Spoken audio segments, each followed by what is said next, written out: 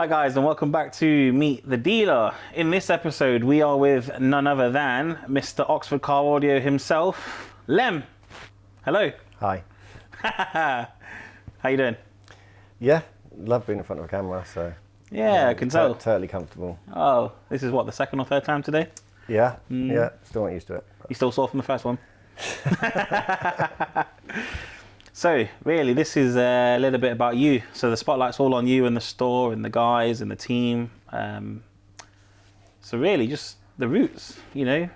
Obviously, everyone knows the name. You've worked with Alpine for many years. Yeah, privileged to do that. You've built many of our vehicles, including the Ultimate Transporter and, of course, the Golf R32, the Passat CC, my Mercedes CLA, and of course some colleagues' cars, Atsu's Toyota, and so on and so forth. So yeah, over the years, many cars, many famous builds, and they really get the people talking. Yeah. So you guys kindly asked us to do it, get involved. So yeah, there's always been that strong relationship, I guess. So it's been grateful for that reason. But you know, more about yourself, really. How did you get into the whole car audio world? What brought you into it, and how did you all start off? Actually started off in this store as a teenager.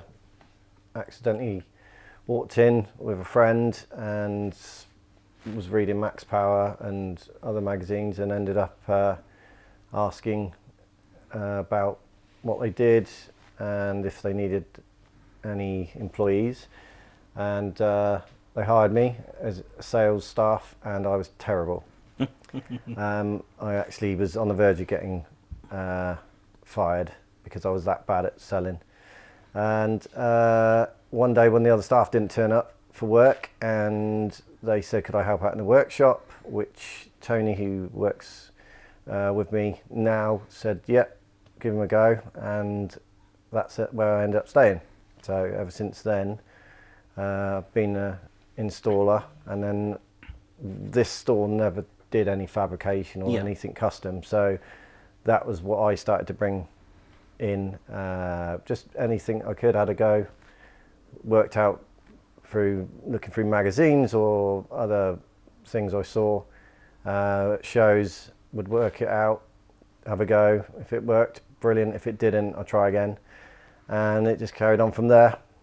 And yeah, up to today, where the store closed 11 years ago. Yeah. Opportunity to just rent the building came up, so restarted it, and we're still here today. Wow.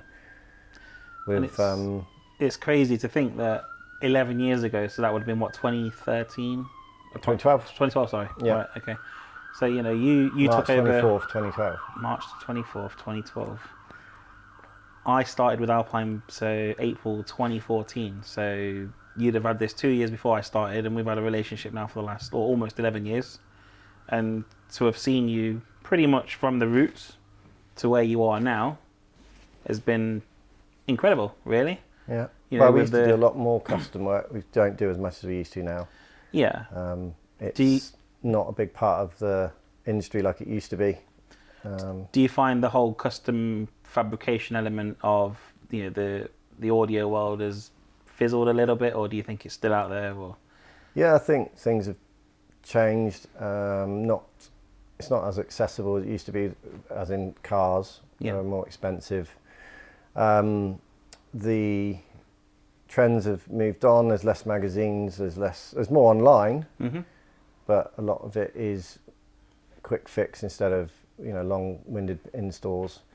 So whereas before, it's still there. It's just you had a lot of people kind of, you know, with boot installs, wild installs, for example. We'd have them every week. We'd be in inquiry. Exactly. His mate's got one. He's seen it. He wants it now. And you don't really see much of that anymore, I guess. It's not nowhere near as much as it used to be. No, the car shows have changed a lot. Lost a lot of the VW shows, or they've changed. But it's still there. It's just not the amount of inquiries that we used to have. Sure. Speaking of shows and events, obviously we've had some wild times at a lot of the events, Ultimate Dubs, Yeah. Stance and Mod Nats and Edition 38. Edition 38. Yeah, there's been some cracking shows back in the day, Yeah. and We teamed up on a lot of the stands. yeah, massively. We Yeah. helped out. And I guess from doing that, you always had the referrals and the business following on from that. And Yeah. famously, there was many big builds. You know, I can think of AD for one. You know, with his Mark II Golf and a few others, for Yeah. example. Barry's Mark 1. Barry's Mark 1, yeah. And no doubt he will message me probably in a week's time asking me if we're doing a stand at Ultimate Stance. I'd love to have this guy's car on our stand at every show, but unfortunately we've not done a show for nearly 2 years now. So 2025, you watch. There's going to be some big stands, some big cars. So looking back at your past, say, 12 years or so of having the shop, you've obviously seen difficult times along with very fruitful times. Of course, there was times where you've wanted to, you know, turn the machines off and turn that close sign, but you've stuck it through. And, you know, like you said, you touched on the fact that it's the passion that drives you. Do you find that no matter what happens in this industry, that is something that will always keep you in it? Or is it just, you know, this is it now and Yeah, I believe you've so. invested? Now I want to try and invest in other ways and to quicken up some of the installations, because custom work is you have to design it in your head, then put it onto paper potentially, and then start making it. If I can find a way that some of it can be automated, then I'll be able to do a lot more. But it's got to keep the shop going, got to keep the staff paid. So Yeah. it's And I guess with the fabrication element, obviously it's difficult, it being majority yourself doing all of that in-house, right? And, you know, I would strongly say you're up there with, you know, some of the top fabricators in the UK. And there's only a very small handful of you guys, but, you know, the skills and the design concepts and things that you bring to the table are just out of this world. So, you know, a personal thank you from us to say you've come out with some wild designs and wild ideas and crazy things. You know, I remember sitting in the office at the Alpine office with the designs for the Transporter, and we gave you a concept and you came back and absolutely blew it out of the park. And it's, you know, it is what it is today. The Alpine Transporter, you may have seen it at many shows and events. This guy's responsible for that and his team of people. But yeah, I think, you know, obviously you're a very skilled individual, and of course the store's churned out some fantastic work. And you always want to do something new and different. You don't want to do the same stuff yeah, all the time. So it was always looking for a new technique or design. You look to other installers. You know, got some really good friends in the industry who, you know, their skill was incredible, and we'd chat and we'd, you know, bat ideas backwards and forwards, and they might do an idea and then I'd help with that, or, you know, vice versa.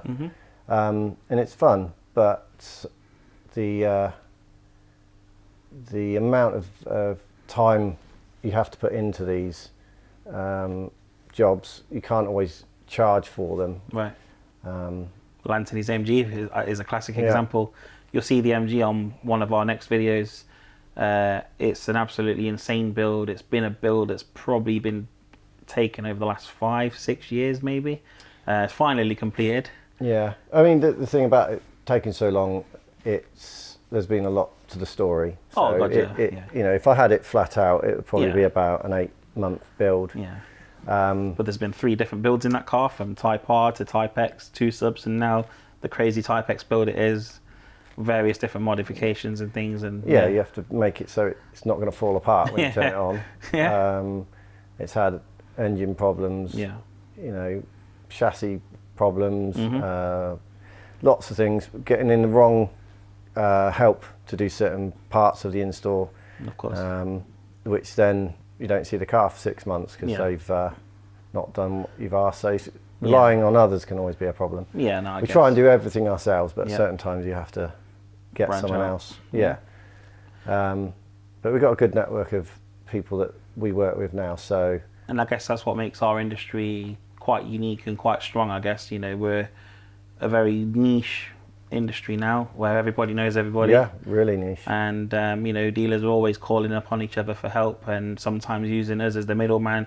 Oh, you know, do you know that dealer? And we'll be like, yeah, let me put you in touch. And I guess that's how you form even new relationships now, I guess. And you know, just keeping on top of that latest tech or that latest tip, for example, you know, sharing those ideas and thoughts and stuff with people keeps our industry alive. So yeah, you know, even 10 years ago, people weren't as helpful and communicative with each other. Mm-hmm. Whereas now, I can probably 10 dealers I can phone up and chat to, and even if it's just getting some, you know, stress by talking through your problems or coming up with new ideas, or even if you got this Alpine head unit or JL sub because I need it quick. Mm-hmm. So we so I think we're not a lot more. And I think the best bit about that is you know, you can ring a dealer or you can ring a sales manager, for example, and have a conversation, and it's not always about the product. You know, there's the hints, the tips, the tricks, not just about car audio, but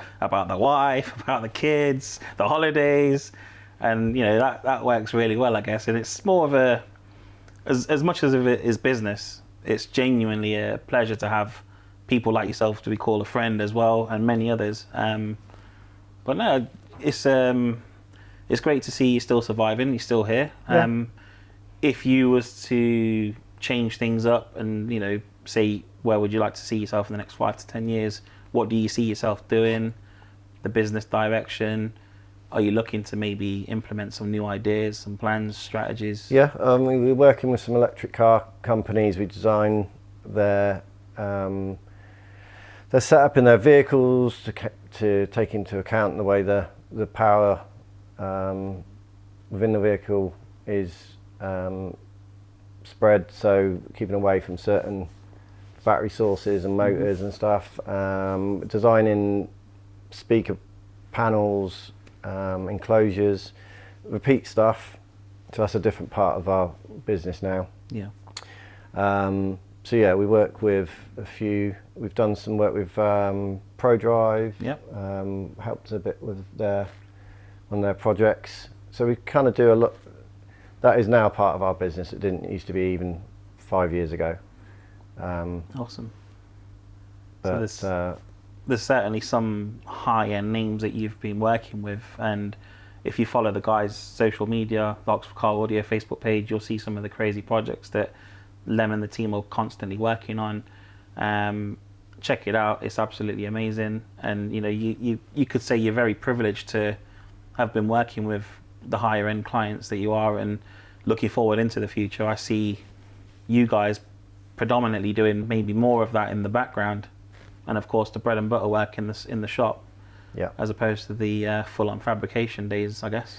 Yeah, I mean, we are currently hoping to increase the team again. Mm-hmm. A time period where we've been seeing what direction we want to go in. Yeah. And now we're ready to take on new staff. So if you're in the Oxford area and you're looking for a job, and you're very hands-on as an installer or even a salesperson. Someone new, someone literally green, that'd be great. Yeah. Someone that we can, teach, and you've got to be into cars, got to be into music though. Yeah, don't apply if you're not.